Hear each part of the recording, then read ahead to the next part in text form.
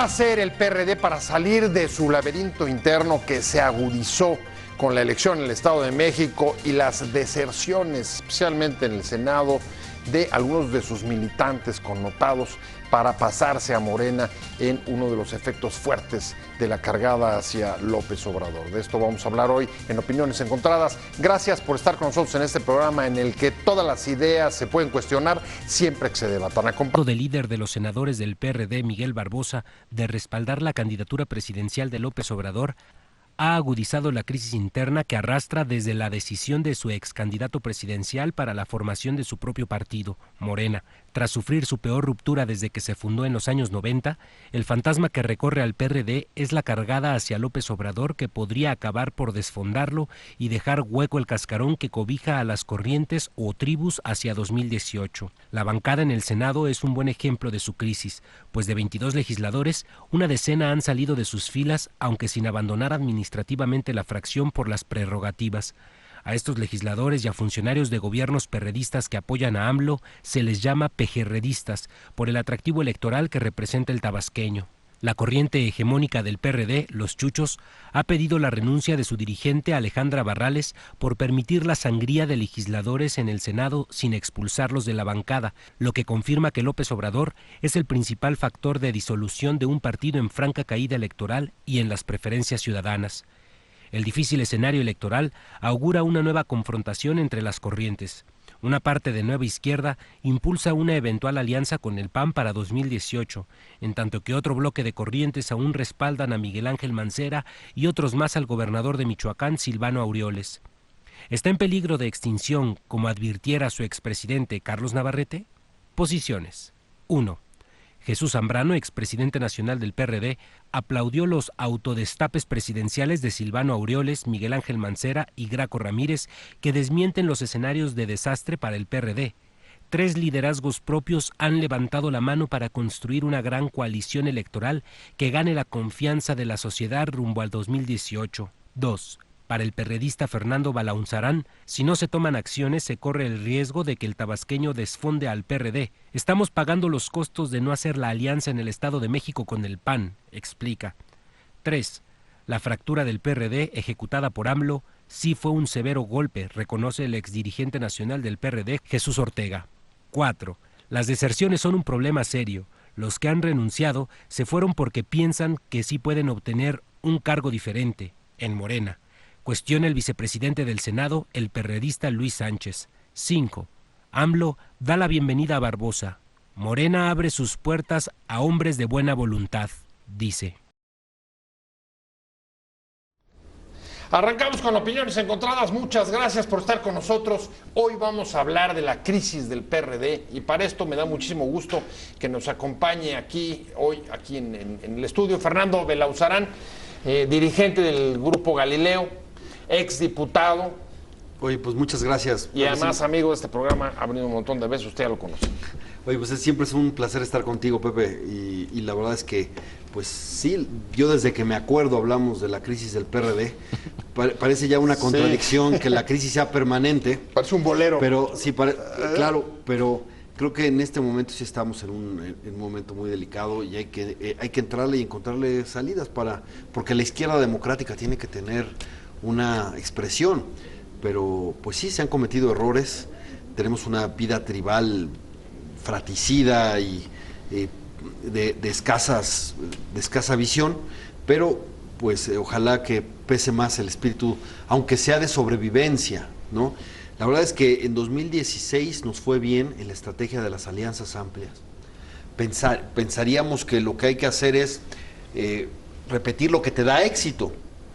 Y entonces en 2017 pues pensábamos que en la joya de la corona haríamos lo que nos dio éxito en 2016, pero no. Alguien dice que lo que no es lógico, lo que no suena lógico suena metálico, ¿no? Pero es que hay que encontrarle una explicación. Nos dijeron que no a la alianza y le pusieron, y casi pusieron las trincheras para que no pasara Alejandro Encinas en una alianza con el PAN, que por cierto el PAN llegó a ofrecerle la posibilidad de que encabezara la alianza, y decían a nombre de una coalición de izquierdas. Pues ¿dónde están la coalición de izquierdas? Y que los mexiquenses iban a decidir el candidato. Bueno, pues el domingo cancelaron la La elección, sí, bueno, ayer se canceló. Bueno, y hoy están impugnándola ahí Sí, no, es que en el tribunal. Parece película de Luis Estrada, pero te digo. déjame presentar a Víctor Alarcón y regreso contigo porque te quiero preguntar. Efectivamente, si de algo se ha hablado durante mucho tiempo es de la crisis del PRD. Es indiscutible que hoy está en un momento delicado, como dices, y quizá me gustaría comenzar un poco este debate. ¿Dónde ubicarías donde digamos se extravió o donde se perdió el PRD y si eso se ubica en lo que dio origen a la decisión de López Obrador? Víctor Alarcón, como siempre, un placer tenerte aquí, especialista en asuntos electorales. Además está compitiendo ahora por uno de los 3 lugares que se van a abrir en el Instituto Nacional Electoral. Víctor, un placer. Pues gracias, Pepe, desde luego, como siempre es un gusto, y pues bueno, yo creo que estos son de los temas que precisamente una autoridad electoral en un determinado momento, cuando le llegue el asunto a la cancha, pues también tiene que manejarlo con la suficiente probidad y equidistancia. ¿Y dónde se perdió el PRD? Pues mira, si crees que se perdió. Bueno, primero, yo coincido con Fernando de que hay un problema no solamente en el PRD, sino en el sistema de partidos nuestro, que en buena medida a la falta de crecimiento, desarrollo de una cultura política que siguiera la segunda o tercera generación, no de las reformas institucionales, pero sí de las reformas culturales que deben surgir al interior de los propios partidos para mejorar su democracia interna, para mejorar la calidad de sus militantes, para generar o construir un compromiso auténticamente definido para representar los intereses ciudadanos. Creo que ahí es donde el PRD es una expresión, como le pasa también o le ha pasado también en los últimos años al PAN, pero digamos, creo que es parte de un proceso donde nosotros no nos supimos meter en esa construcción, que pensamos que solamente es un asunto de instituciones, no, es un asunto de prácticas políticas y de una fortalecimiento de la ¿Coincidirías todos de entrada con Fernando sobre el tema de la tribalización? Sí, que porque es una consecuencia que los de expertos le llamaríamos, siguiendo una categoría de Peter Mayer, suena un poco fea la analogía, pero así se llama el concepto, se llama cartelización, ¿no? O sea, pulverización, fragmentación, tribalismo. Ahí se perdió, ¿no? el PRD, ¿tú crees? Mira, yo diría... ¿Dónde lo ubicarías? Hay 2 crisis que tenemos fuertes. Una es que somos parte de la crisis del régimen. El régimen es sistémica y estructuralmente corrupto. Lo que hizo el PRI en la transición a la democracia fue decir, pasen a la fiesta, con nuestras reglas no escritas, etcétera. Ahí tiene que ver mucho la decepción con esto, pero el hecho de que llegaras con todos estos privilegios, y esto sí, hay una mimetización con el PRI, y en ese sentido, sentido eso le ha pegado a todo el sistema, a todo el régimen, desde la derecha hasta el castillo de la pureza. Estamos en ese problema. Hay un régimen que es sistémica y estructuralmente corrupto, y la gente con justicia lo repudia, y ya es disfuncional este régimen. Y hay otro que es el de la izquierda, y yo llamaría ahí el sectarismo de la izquierda. El problema no fue que el PRD llegara y creciera y dijera no más caudillismo, no más voluntades supremas que deciden verticalmente. Pero no se puso algo mejor. Al dedazo se le puso la otra cara de la moneda, el reparto de cuotas. ¿Qué es lo que faltó en esa ecuación, en las 2 ecuaciones? El mérito. No se valora el mérito, no hay ningún tipo de meritocracia. Tanto el caudillo como las corrientes lo que valoran es la incondicionalidad. Ese es un problema. Pero además se da el sectarismo, y en la izquierda se dan los 2 sectarismos. Uno que lo representa muy bien Andrés Manuel López Obrador, diciendo, quien no está conmigo es traidor, es atrasado, es enemigo de la patria, etcétera, ¿no? Es parte de la mafia en el poder. ¿Estás conmigo o estás contra mí? ¿Estás en el cielo o en el infierno? ¿No? Ese es un sectarismo ideológico que es quizás muy conocido.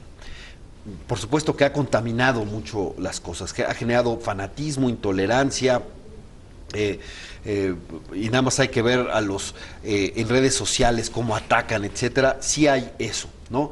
Hay ese fanatismo y esa intolerancia y esa yo diría vocación autoritaria como de partido oficial, pero en el PRD no estamos mejor. Ahí hay un sectarismo que yo llamaría sectarismo patrimonialista. Si el otro es sectarismo ideológico, este es un sectarismo patrimonialista, en donde las diferencias no es por la ideología, sino la gran pelea es por los cargos y los puestos. Claro. ¿Y para qué quieres el cargo y el puesto? No lo sé, yo lo quiero, ¿no? Y luego vemos, así me tenga que batir como sea, no hay rumbo. Ese es el punto. No es para darle un rumbo. es el espacio por el espacio. Y lo que hemos visto es que ha habido una degradación de los cargos. Si tú ves quiénes son ahora los gobiernos, por ejemplo, delegacionales, o los diputados, o los legisladores acá, ha habido una depreciación, ¿qué te digo? De nivel, de nivel de cuadros, de formación de cuadros en esto, porque ahora lo que importa son los operadores. Hay algo que cruza toda la clase política, esto se decide por clientelas. El PRI puso ese sello, no lo hemos podido cambiar, las clientelas, y entonces, ¿quién mantiene más clientelas? Y entonces el que mantiene clientelas, pues es el que sabe repartir despensas, sabe medir programas, sabe acá. A ver, no es el dirigente lúcido que puede debatir, discutir. Ya no tenemos una izquierda, en gran medida de muchos cuadros, que gane el debate. Pero ahí lo que me preocupa es, sí, ese diagnóstico yo creo que puede ser compartible por mucha gente, sin embargo las dirigencias y los liderazgos tienen responsabilidad aquí. Estoy pensando, por ejemplo, en el Senado. A ver, que el hecho de que un coordinador de tu partido salga en cualquier parte a llamar al voto o a romper filas por tu principal oponente en este momento, no es fácil de pasar, pero si además le sumas que permite que varios de los senadores salgan del partido, pero se mantienen, como tú dices, enchufados administrativamente a las prerrogativas, pues todavía es peor. Y si además desde la dirigencia del partido no hay una postura clara, pues entonces lo que hay más bien es una autorización, al menos tácita, no sé cómo lo veas. Sí, no, desde luego, o sea, la falta de una estructura más o menos definida, por ejemplo, otra vez, los partidos políticos mexicanos tienen yo coincido con Fernando, un elemento de crisis programática. O sea, desde hace muchos años la derecha no sabe qué es derecha, la izquierda no sabe qué es izquierda, es decir, y en todo caso, cuando ha habido algunos esfuerzos interesantes, porque es parte de una estrategia totalmente legítima de cómo querer ganar elecciones. A falta de programa, lo que queda es la negociación, el hacer de la política un negocio y la búsqueda esa es una parte, del poder en sí mismo. Pero cuando ha habido otros esfuerzos, digamos, cuando, por ejemplo, se ha criticado mucho las alianzas PAN-PRD que mencionaba Fernando, que son no solamente 2016, sino 2010, que rompieron ciertas hegemonías muy importantes estatales, y que después se cayeron precisamente el año siguiente por negociaciones que pervirtieron, por ejemplo, el caso del PAN, ¿no? Ahora, en este caso, parece que las negociaciones pervirtieron, en este caso, al PRD, ¿no? Entonces, en ese sentido, los propios partidos políticos no terminan por definir realmente, entonces, qué tipo de democracia quieren construir. Es decir, no solamente porque tengan que derrotar o no al PRI, por eliminar o no el autoritarismo, no, sino simple y sencillamente para hacer comprensible al elector, es decir, en qué condiciones resulta conveniente cruzar fronteras, poner otro tipo de intereses, otro tipo de elementos que sirvan para avanzar en una construcción, que yo es lo que insisto, nos falta todavía una segunda gran transición, pero no es la transición institucional, sino la transición ciudadana. Estamos hablando del PRD y su laberinto, estamos hablando con Víctor Alarcón, especialista en asuntos electorales, maestro, profesor investigador de la UAM, y estamos hablando con Fernando Belauzarán, exdiputado del PRD y ahora dirigente del Grupo Galileo. Nos quedamos en esa pregunta, Fer. Por un lado, sí se señala la crisis, digamos, programática de los partidos, particularmente del PRD, pero al mismo tiempo las razones que han agudizado sus problemas son dos asuntos programáticos, Pacto por México y elecciones en el Estado de México. ¿O es simulación? No, mira, el Pacto por México hay algunos que se molestan mucho, pero a mí me parece esquizofrénico oponerse a tus propias propuestas. La agenda del Pacto por México era muy buena. Estaba gran parte de nuestro programa, gran parte de lo que Andrés Manuel defendió en su elección 2012, en su plataforma de gobierno. Ahí está, ¿no? Entonces, ir contra tus propias propuestas es loco. Claro, es la lógica de yo quiero subir sobre las ruinas del país, entonces me opongo a todo. Eso me parece que es falta de responsabilidad por una razón. Todo gobierno de minoría tiene que buscar acuerdos, si no, no tiene condiciones de gobernabilidad. Eso es evidente. Y entonces vamos a ver que quien llegue va a tener que buscar acuerdos con los demás. Eso pasa en todo el mundo. Entonces, no, repito, sí, finalmente se descarriló el pacto y en el pecado llevó la penitencia a Peña Nieto. No quiso cumplir, finalmente no quiso poner en orden a los poderes fácticos, o digamos, cuando despertó los poderes fácticos seguían ahí, y Fíjate, sus 2 primeros años con pacto y sus 2 siguientes años sin pacto. Y la verdad es que ahorita se ve que está en caída libre. Yo creo que lo ha de extrañar, pero él no quiso cumplir su palabra en ese acuerdo programático. A la gente que critica digo, bueno, lee el programa y dime qué es lo que no te gusta. La reforma energética que te dicen, la reforma energética no estaba en el pacto. El pacto solo hablaba de apertura solamente en refinación y en ductos.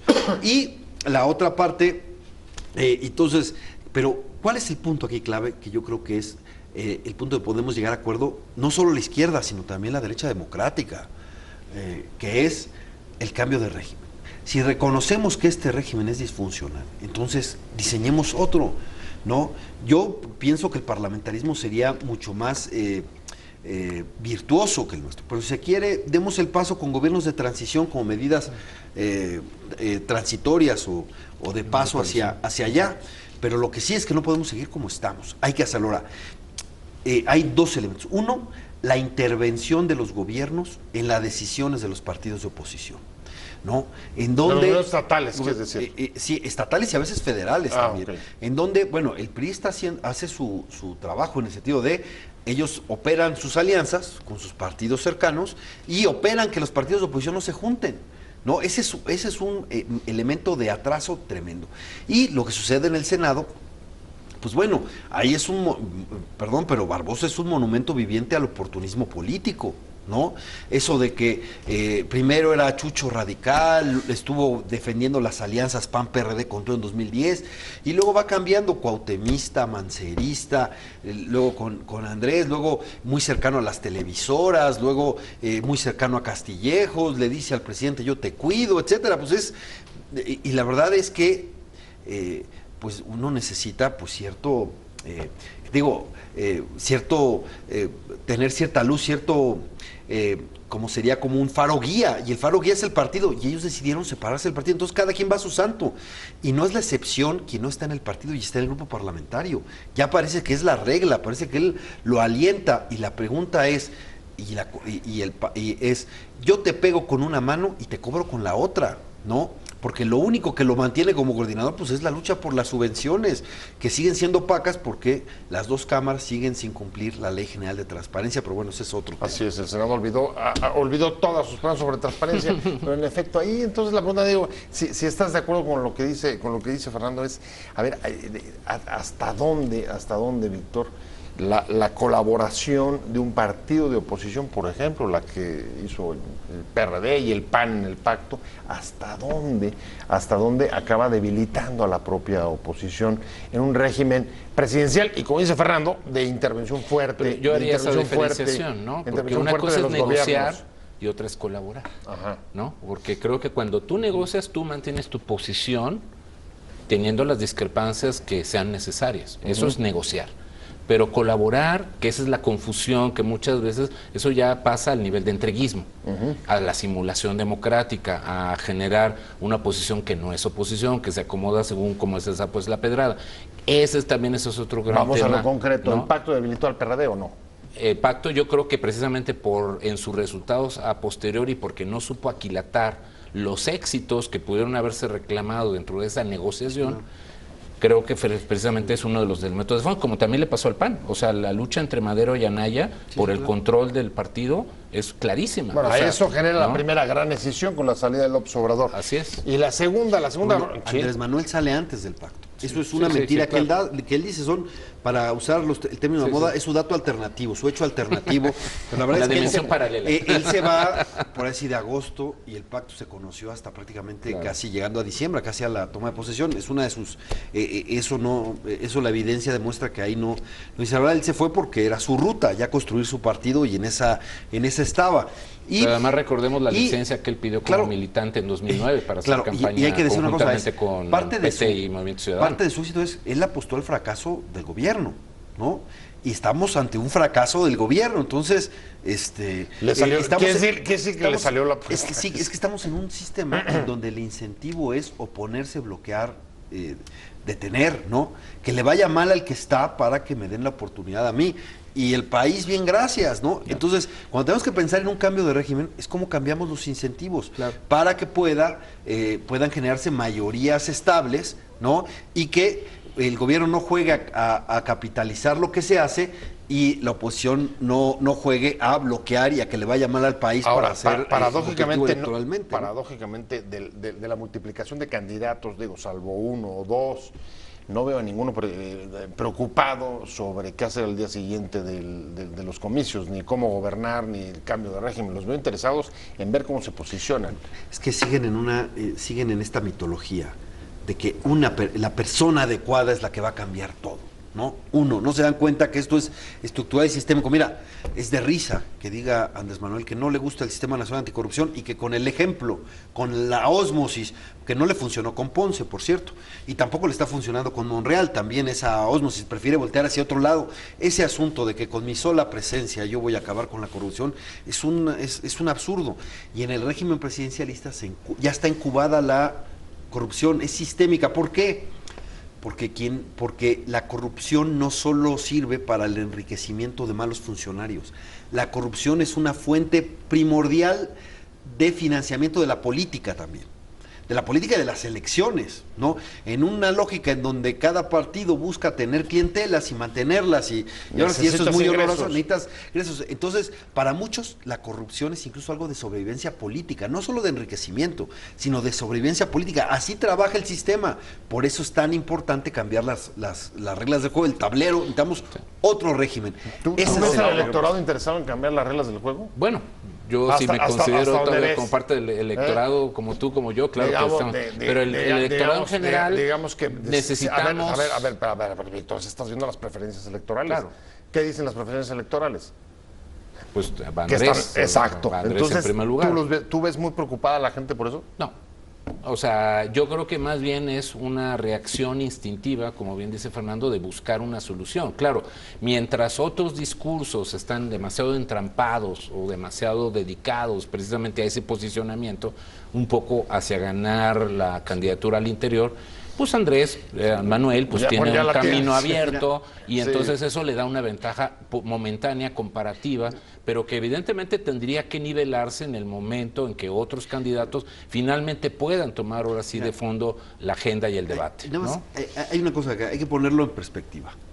Andrés Manuel tuvo en 2006 35%, tuvo en 2012 31% en los votos. Hoy en la encuesta donde sale mejor tiene 28%. Es decir, tiene 28% cuando un año antes del 2006 estaba casi en el 50%, por cierto. O sea, falta mucho y además en encuestas donde el rechazo a ser entrevistado es muy grande. Por eso hay una falibilidad de las encuestas tremenda en todas las elecciones. Más bien la pregunta es ¿cuál no falla? Pero el dato es espeluznante.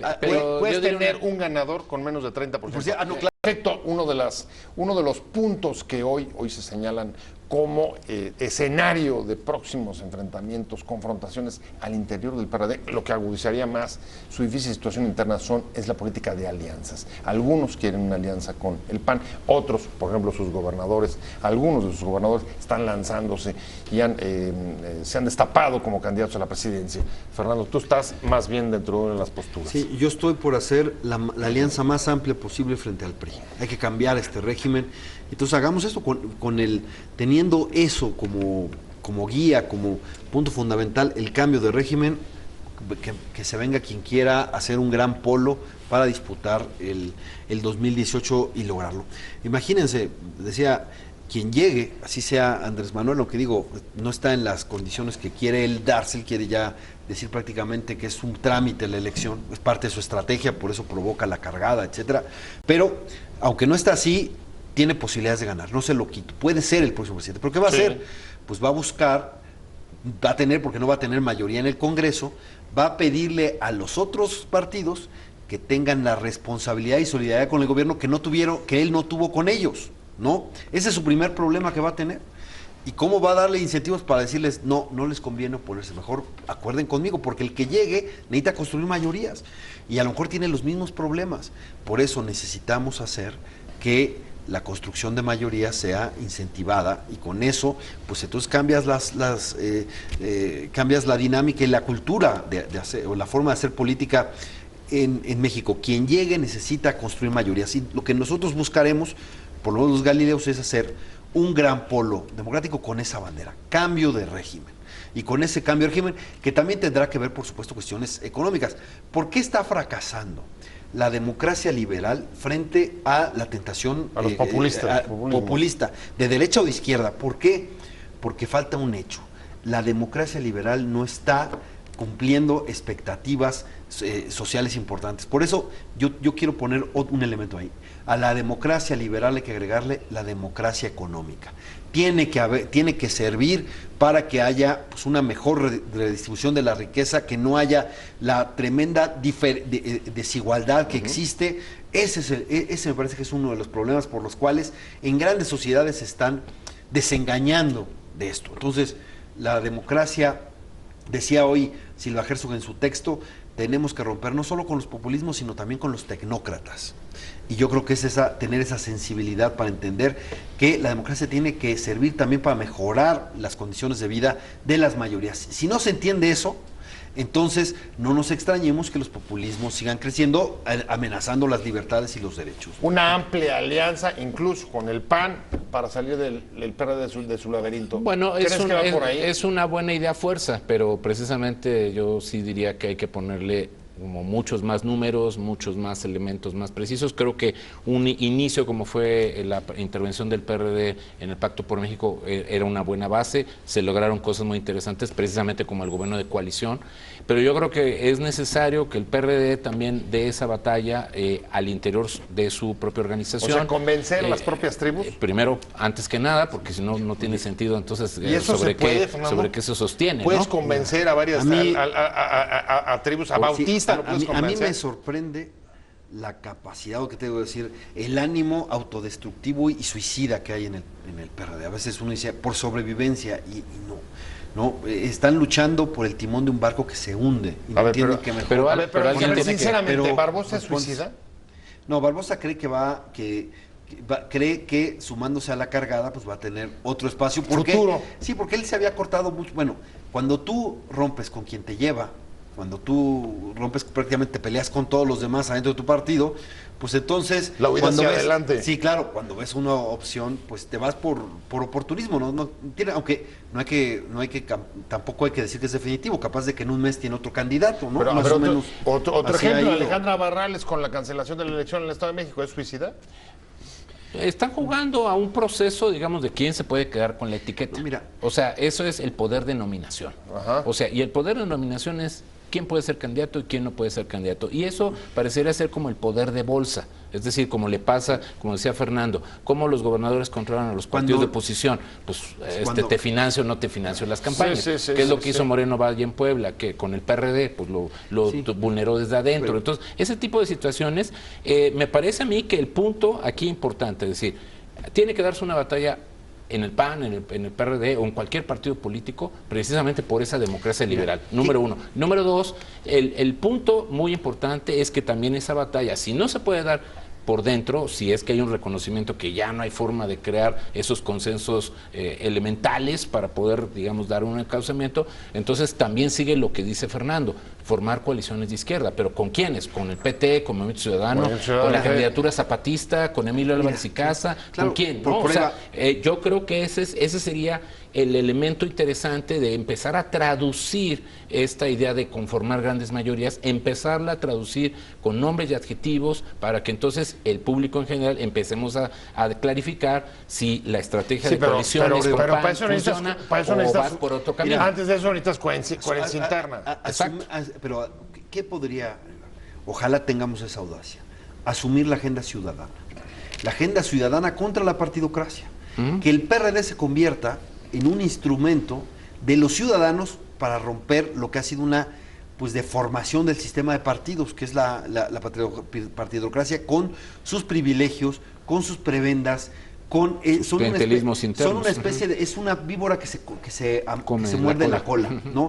Porque quienes pueden cambiar esto son sus principales beneficiarios, pero la sociedad está alterada con eso. Entonces, ¿qué podemos hacer? Pues bueno, lo audaz en este momento que el PRD necesita hacerlo acá sería, ¿por qué no abrimos dos cosas? Uno, el programa para que sea el programa ciudadano.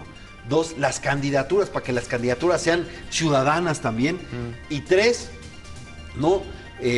pues hacemos causa común con todas estas O sea, organizaciones que quisieran dirías cambio. la fórmula, democracia interna y apertura interna. Me tengo que ir, Fernando. Sí. Va por Y ahí la cambios de cosa. régimen. Pero para llegar a eso. Va a llegar a eso. Bueno, muchas gracias, Víctor Alarcón. Y sobre como todo siempre. renovación militante. También. Creo que todos los caminos van hacia la militancia. Muchas Nos gracias. surge el milenio. Víctor Alarcón, muchísimas gracias. Mucha suerte en Gracias. la competencia por línea. Fernando Belauzarán, Gracias. todo el PRD, muchas gracias. Gracias a usted por haber estado con nosotros en Opiniones Encontradas.